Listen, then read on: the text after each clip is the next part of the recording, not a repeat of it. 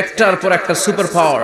এখন super power হচ্ছে United states of America, ধারণা করা হচ্ছে এরপরে চায়না হবে সুপার পাওয়ার, আবার অনেকে বলছে এরপরে ইন্ডিয়া হবে সুপার পাওয়ার। এভাবে একটার পর একটা সুপার পাওয়ার যাওয়ার পরে সর্বশেষ যে সুপার পাওয়ারটা পৃথিবীর বুকে মাথা উঁচু করে দাঁড়িয়ে থাকবে সেটার নাম হচ্ছে ইসলাম।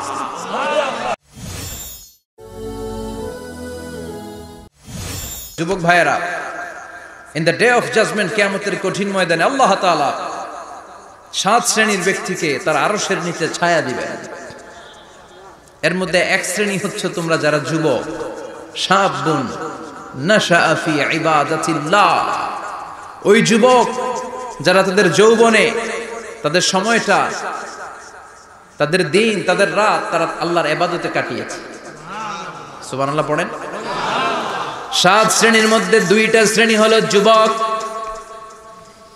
একটা হলো যৌবন সময়ে যারা আল্লাহর ইবাদতে রাত কাটায়, সময় কাটায়।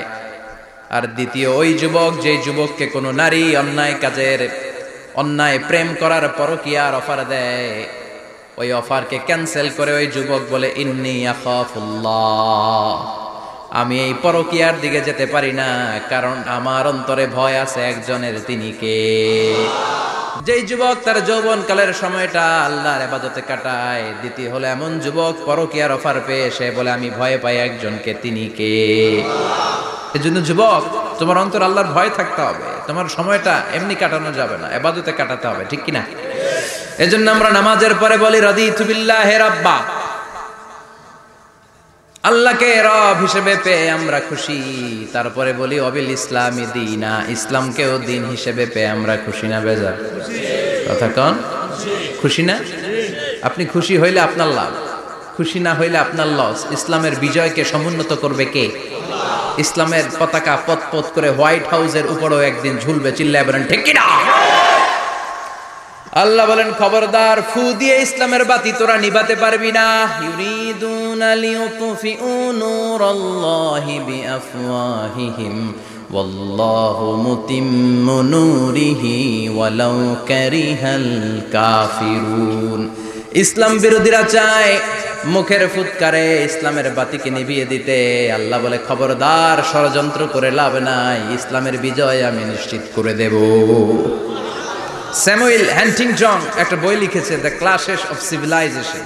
ওই বইতে তিনি বলেছেন এই যে সভ্যতার সংঘাত, এত সভ্যতা, চায়না সভ্যতা, আর্য সভ্যতা, বৈদিক সভ্যতা, সিন্ধু সভ্যতা, মহেঞ্জোদারো সভ্যতা, ইরাকীয় সভ্যতা, মিশরীয় সভ্যতা, একটার পর একটা সভ্যতা পৃথিবীতে এসেছে, একটার পর একটা সুপার পাওয়ার।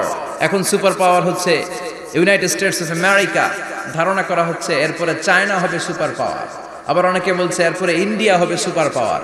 এভাবে একটার পর একটা সুপার পাওয়ার যাওয়ার পরে সর্বশেষ যে সুপার পাওয়ারটা পৃথিবীর বুকে মাথা উঁচু করে দাঁড়িয়ে থাকবে সেটার নাম হচ্ছে ইসলাম। সেটার নাম কি? তার নমুনা গোটা বিশ্বব্যাপী আছে না নাই? ইসলামকে যত দমাইতে চায় এটা আরো উপরের দিকে ওঠে। সুবহানাল্লাহ কইবেন না? ইসলামের বৈশিষ্ট্য হচ্ছে চারা বীজের মতো। চারা বীজ তো আপনারা চিনবেন, নিমসারের মানুষ, বীজ। ইসলাম হচ্ছে বীজের মতো। ইসলামের শত্রুরা ইসলামকে মাটিতে গেড়ে দিতে চায়, কিন্তু ইসলাম হচ্ছে বীজের মতো, চারা বীজ। চারা বীজ মাটিতে গেড়ে দিলে কি হয়? কথা কন, আরো গজিয়ে ওঠে, মাটি ফেড়ে উপরের দিকে উঠে, চিৎকার করে বলেন ঠিক কিনা? ইসলাম হচ্ছে টিউবের মতো। টিউব, পুকুরে যারা নতুন সাঁতার কাটতে যায়, ডুবে যাতে মারা না যায়, টিউব নিয়ে সাগরের মধ্যে নামে। এই টিউবকে যত আপনি পানির নিচে ডুবাতে চাইবেন, টিউব আর উপরের দিকে ভেসে ভেসে উঠে। সুবহানাল্লাহ পড়ে। ইসলামরে তো ওরা চিনে নাই। ইসলাম হচ্ছে চারা বীজের মতো। ইসলাম হচ্ছে টায়ারের টিউবের মতো। এটার যতই নিচের দিকে নামাইতে যায়, এটার বৈশিষ্ট্য হচ্ছে এটার ধাক্কা মারলে এটার উপরের দিকে ওঠে। সুবহানাল্লাহ কইবেন না? গোটা বিশ্বব্যাপী আজকে ইসলামের গণজোয়ার, হাজার হাজার লোক কালিমা পড়ে মুসলমান হচ্ছে। গত কিছুদিন আগে আফ্রিকাতে এক লোক এক গ্রামের কয়েক হাজার মানুষকে এক ময়দানে দাঁড় করিয়ে একসাথে শাহাদাতের বাণী পাঠ করিয়ে মুসলমান বানায় ফেলছে।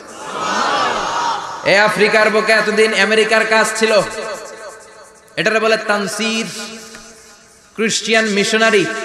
লক্ষ লক্ষ ডলার দিয়ে আফ্রিকার দেশগুলোর মধ্যে গরিব গরিব মুসলমানগুলোরে তারা নাসারা বানাতো। এই বিষয়টা যখন মুসলিম স্কলারদের নজরে এলো, এখন গোটা বিশ্বের সব মুসলিম স্কলাররা আফ্রিকায় যে ইসলামের দাওয়াতকে প্রচার করে দিচ্ছে। গ্রামকে গ্রাম খ্রিস্টান সম্প্রদায় লা ইলাহা ইল্লাল্লাহ মুহাম্মাদুর।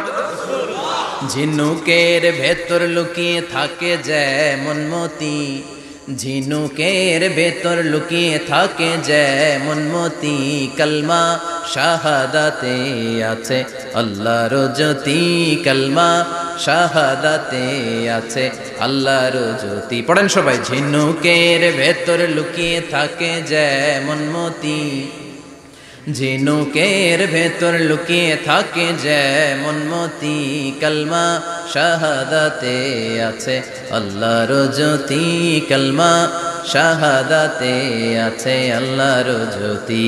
ঠিক কি না? এই জ্যোতি যদি একবার কারো হৃদয়ের মধ্যে স্থান করে নেয়, এই নুরানি আলোর ছোটা যদি কারো হৃদয়ের মধ্যে জায়গা দখল করে নেয়, পৃথিবীর কোনো মতাদর্শ তার অন্তরের মধ্যে আর থাকতে পারে। গ্রামকে গ্রাম আফ্রিকাতে এখন কালিমা পড়ে পড়ে মানুষ মুসলমান হয়ে যাচ্ছে। সুবহানাল্লাহ পড়ে। একদিন আমেরিকার হোয়াইট হাউসের উপরেও কালিমার লা ইলাহা ইল্লাল্লাহর পতাকা পতপত করে উড়বে। চিল্লায় বলেন ঠিক কি না? এজন্য আমরা বলি ওয়াবিল ইসলামি দীনা, ইসলামকে ধর্ম হিসেবে পেয়ে আমরা খুশি না বেজার?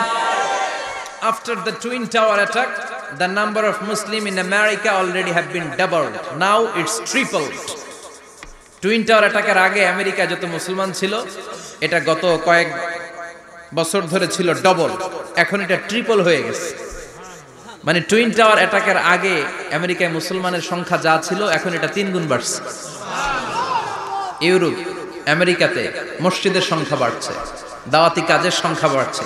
এমনকি হার্ভার্ড ইউনিভার্সিটিতে, অক্সফোর্ডে, ক্যামব্রিজের ভেতরে, MIT, Massachusetts institute of technology, সায়েন্সে যারা পড়ে এদের স্বপ্ন এমআইটির ভিতরে ইসলাম ঢুকে গেছে।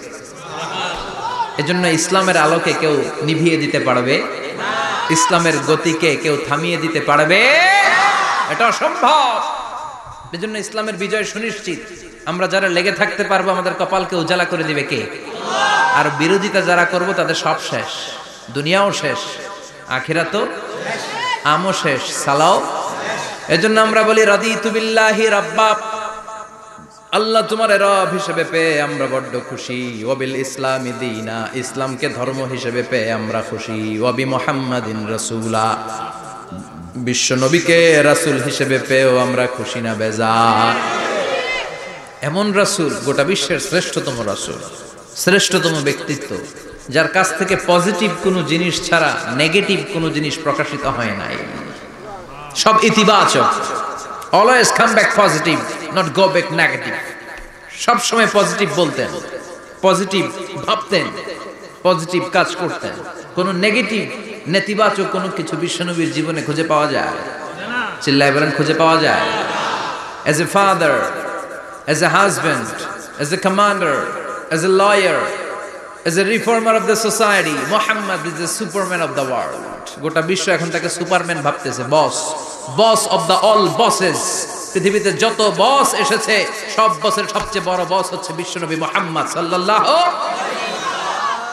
এজন্য আমরা বলি অবি মুহাম্মাদিন রাসূলা, আল্লাহকে রব হিসেবে পেয়ে আমরা যেমন খুশি, ইসলামকে ধর্ম হিসেবে পেয়ে তেমন খুশি, বিশ্বনবীকেও রাসূল হিসেবে পেয়ে খুশি না বেজার? কথা কর। এই বিশ্বনবীর ভালোবাসা যদি অন্তরে না থাকে, জান্নাতে ঢোকা যাবে নাকি? আল্লাহর ভালোবাসা, বিশ্বনবীর ভালোবাসা অন্তরে থাকার দরকার আছে না নাই?